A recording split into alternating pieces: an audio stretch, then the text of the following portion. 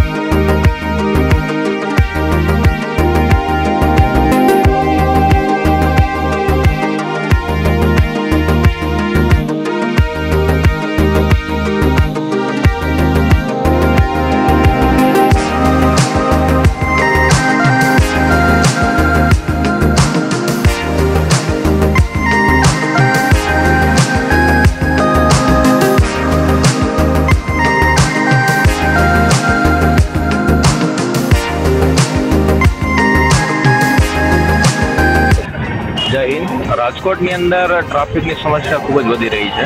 દિવસે ને દિવસે ટ્રાફિકની સમસ્યા વધતી જાય છે. મારી ડ્યુટી લીમડા ચોકમાં છે. બાજુમાં જ બસ સ્ટેન્ડ પણ છે અને આજુબાજુમાં ટ્રાવેલ્સવાળાની ઓફિસ પણ છે. અને તેમ છતાંય અમારા જવાનો સવારના 8થી અને સાંજના 12 વાગ્યા સુધી ટ્રાફિક વોર્ડન હોય કે પછી ટ્રાફિક પોલીસ હોય સતત ડ્યુટી બજાવતા રહે છે. તેઓ પોતાનું સ્વાસ્થ્યનું મેનેજમેન્ટ લીંબુ પાણી છે, શરબત છે અથવા પાણીથી કરતા હોય છે. અને ગમે તેવો તડકો, ગમે તેવી ઠંડી કે ગમે તેવું ચોમાસું હોય તેમ છતાં ખડે પગે પોતે પોતાની નિષ્ઠાથી ટ્રાફિકની સમસ્યા દૂર કરવા માટે થઈ અને પોતાની ડ્યુટી નિભાવે છે.